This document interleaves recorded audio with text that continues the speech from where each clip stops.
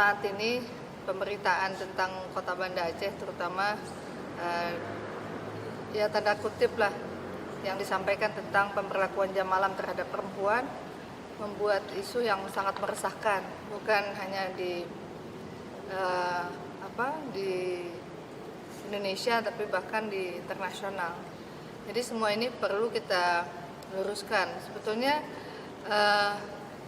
istilah jam malam itu tidak pernah dikeluarkan oleh pemerintah kota. Hanya ada oknum-oknum yang tertentu, punya niatan tertentu, mungkin isu ini dianggap seksi, dianggap bisa menjual, sehingga ya mereka punya niat-niat yang wallahu alam, kita tidak tahu apa niatnya.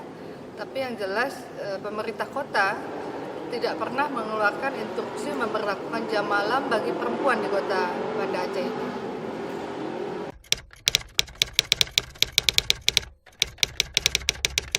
Ya, memang menarik pertanyaan ini ya, karena memang kesimpang siuran berita seolah-olah kondisi Banda Aceh ini sudah cukup mengerikan, cukup kacau, dan perempuannya mungkin tidak boleh beraktivitas, terutama di malam hari. Ya, tentu ini sangat bertolak belakang dengan kondisi real Kota Banda Aceh. Jadi isu yang diangkat ini seakan-akan mau menggambarkan Banda Aceh sedang terjadi kacau balau gitu di tengah-tengah masyarakatnya. Padahal kondisi kegiatan aktivitas masyarakat hari-harinya berjalan normal dan tidak ada gangguan apapun. Hanya segelintir orang yang memblow up berita ini seolah-olah terjadi hal yang luar biasa di kota. Dan instruksi yang kita keluarkan sebetulnya tidak pernah membatasi ruang gerak perempuan, karena instruksi ini untuk bagaimana pekerja perempuan, terutama di tempat-tempat wisata, tempat warnet, kemudian tempat olahraga, dan tempat-tempat hiburan lainnya itu, mereka hanya boleh bekerja sampai pukul 23.00 WIB atau pukul 11 malam, dan ini sesuai dengan izin usaha yang kita keluarkan. Juga pada mereka boleh membuka usahanya sampai dengan pukul 11 malam. Semua ini sebetulnya tidak ada yang bertentangan dengan aturan-aturan yang lebih tinggi gitu. Dan ini sifatnya juga instruksi.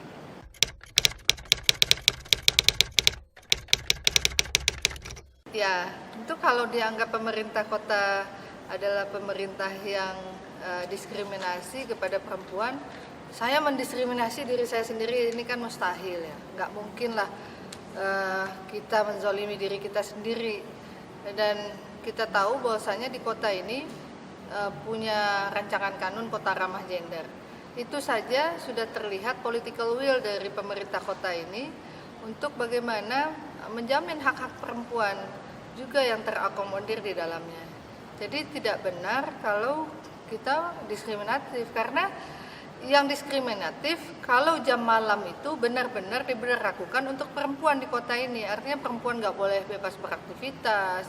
Dan itu kan tidak kita lakukan, hanya blow up isu yang salah. Jadi artinya memang kami tidak pernah mau menzalimi masyarakat kami, dan saya juga sebagai perempuan yang memang sedang terus berjuang agar bagaimana harkat martabat perempuan terus benar-benar pada posisi yang seharusnya.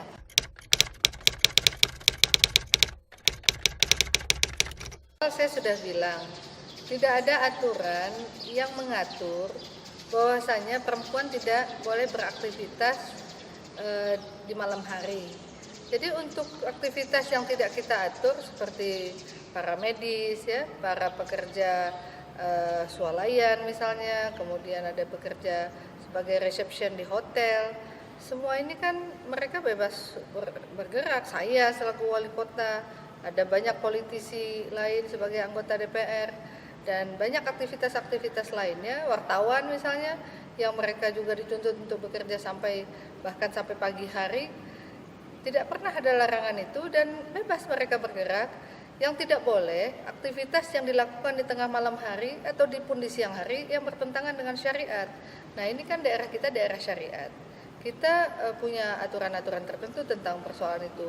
Kalaupun ada yang terjaring di dalam razia, bukan karena aturan, tapi karena mereka memang bukan karena instruksi ini maksud saya, tapi karena mereka melanggar hukum-hukum syariah. Gitu.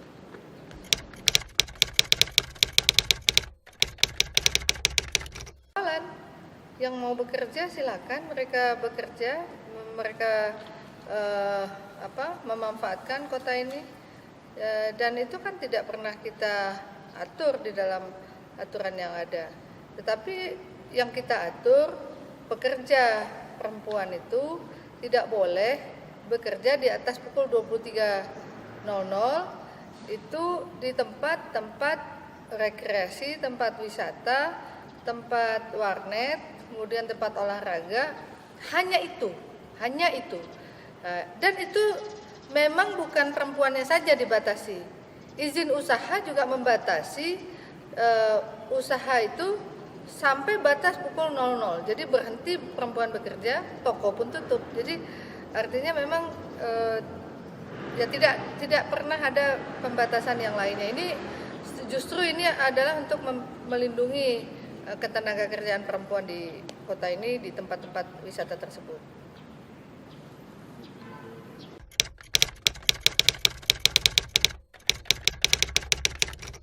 Nah, ini kan kalau ditanya ini kan menjadi paradok.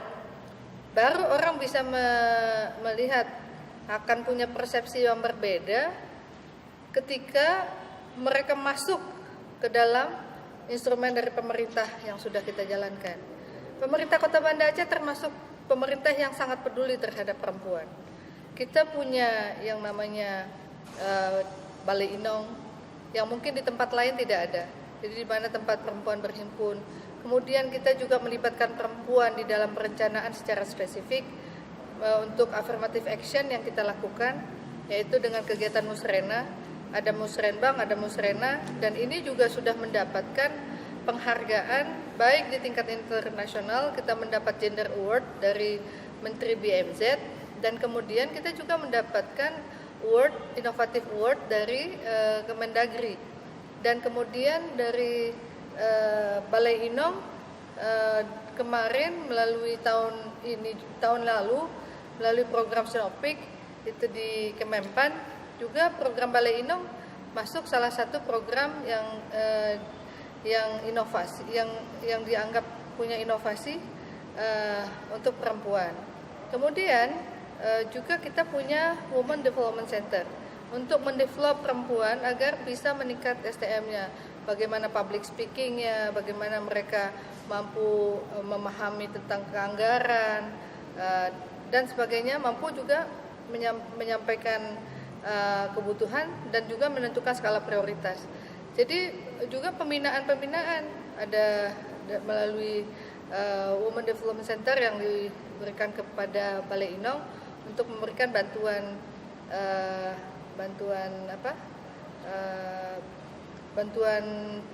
usaha ya, yang bantuan usaha untuk mereka.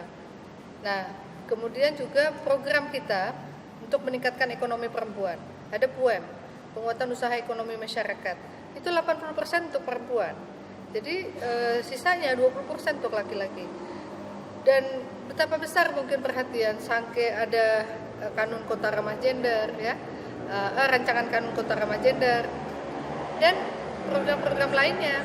Jadi tidak mungkin kota yang begitu antusias memperjuangkan hak-hak perempuan membatasi ruang gerak perempuan. Jadi tidak mungkin kota yang memperjuangkan, terus berjuang untuk memenuhi hak-hak perempuan kemudian membatasi ruang gerak perempuan itu sendiri. Jadi saya pikir dengan apa yang saya sampaikan ini tentu akan bisa dilihat itu political will dari saya, terutama pribadi sebagai wali kota, katakanlah punya komitmen yang kuat untuk memperjuangkan hak-hak perempuan di kota tercinta ini.